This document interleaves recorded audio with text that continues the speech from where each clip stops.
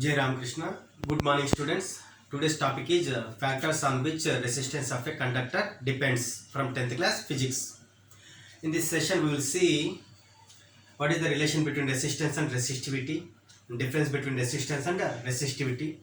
Then we will see power and we will discuss power rating. Finally, we will discuss the heating effect of electric current. I am taking a wire of length L1 and I am taking another wire of the same material, same area of cross section, like its length is L2, and if I find the resistance of these two wires, the longer wire gives some more resistance. If you do it practically, from this we can conclude that more the length of the wire, more the resistance.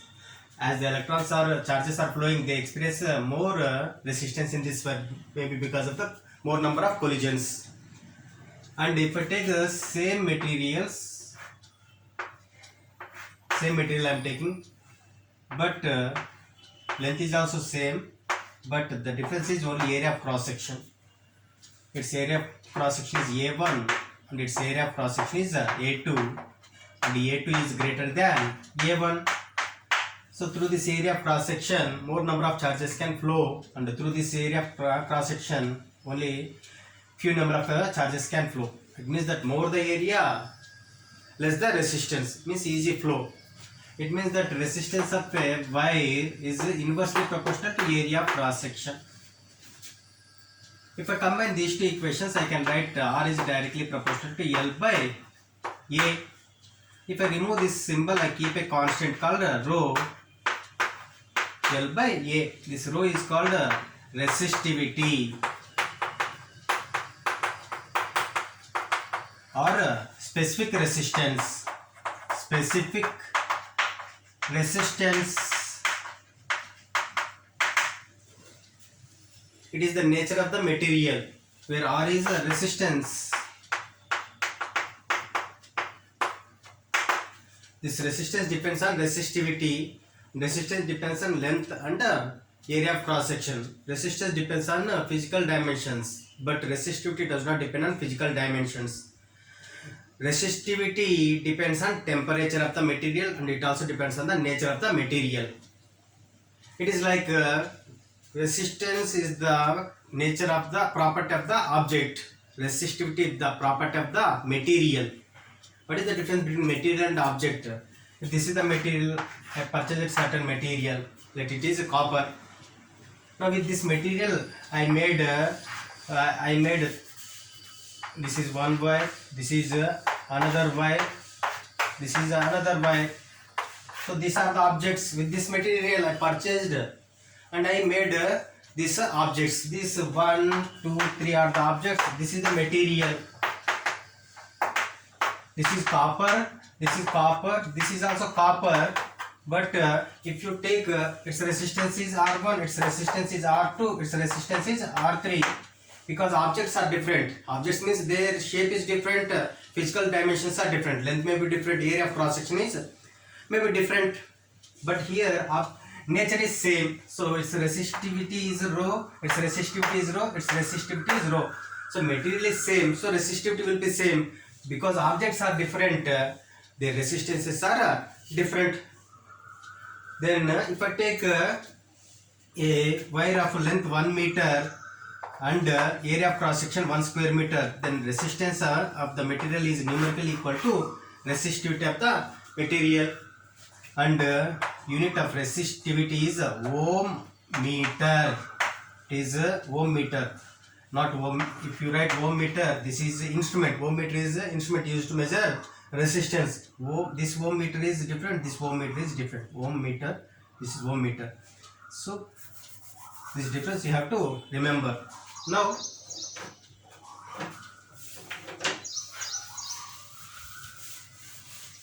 power. What is power? In electricity we discuss power in terms of work done.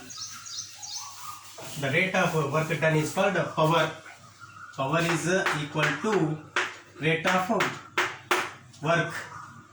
And we know from the definition of potential difference, What is it? The definition of potential difference? Work done on the charge is called potential difference. From this we can write work is equal to QV. If I substitute this value here, I get QV by T. And we know from the definition of current, I is equal to Q by T. So in place of Q by T, I can substitute I. So I get another formula for power.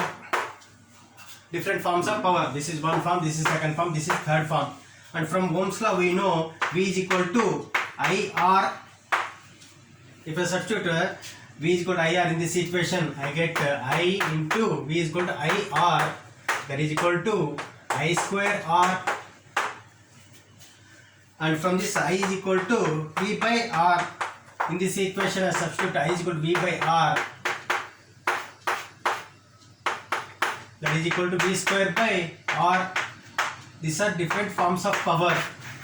1, 2, 3, 4, 5, maybe more than this. So this is how we define power. How much work is done or how much heat is dissipated in given time is defined as power. Now what is the unit of power? Power is measured in joule per second or watt. You know James Watt? That watt. So joule per second is equal to watt. Then what is 1 watt?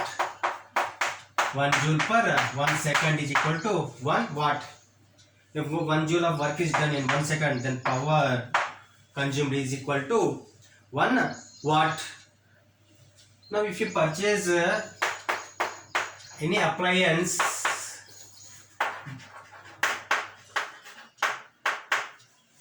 imagine that you purchased a bulb. On the bulb it is written power is equal to 60 watt and voltage is equal to 220 volt. Then what is the use of this one? It is called power rating. If you purchase any appliance, you will get this. It may be battery, it may be any electrical appliance, it may be television, it may be a torchlight, whatever you purchase. So what does it mean? Let us understand. If I use this equation, P is equal to V square by R, from this I can get R is equal to V square by P. That is equal to V square is nothing but 220 into 220 by P is 60. It means that this bulb has a coil whose resistance is this much. That is a constant that will not change. But I purchased this one, and at home what I am doing is I connected this bulb to a source of 110 volt. 110 volt at home. It is a rating at the company. Yes. Now how much power it consumes? Let us calculate here at home. Power is equal to V square by R. This is at home. How much voltage you are applying at home?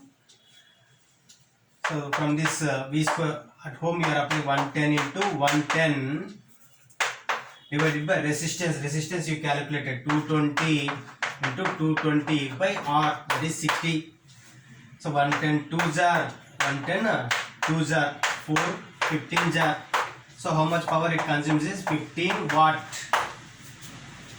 15 watt power it consumes. Actually it's, if you apply 220 watt it consumes 60 watt, but you are applying a later potential difference across the ends, so it consumes only 15 watt. So once you know the power rating, you can calculate the resistance. Using that you can find how much current is passing the remaining terms using a power rating. That is the use of power rating.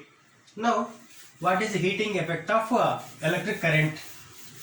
When current is passing through a resistor in the geysers or in the water heaters, kinetic energy of the charges is converted into heat energy. That heat energy is given by work done, which is equal to heat energy. That is nothing but, we know from the definition of potential, potential is nothing but work done on the charge.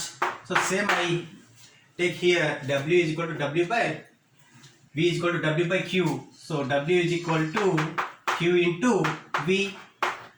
If I substitute this value here, that is equal to Q into V. And from Ohm's law, we know V is equal to IR. V is equal to IR. If I substitute that value here, Q V is equal to IR. From the definition of current, we know I is equal to Q by T. That implies Q is equal to IT. If I substitute that this value here, I get IT into IR. That is equal to I square RT. This is the heat developed. That this is a wire or coil of resistance R through which a current I is passing for a time T. When connected across the ends of a battery which provides a potential difference V. Then heat developed in this coil or resistor is given by this formula I square RT.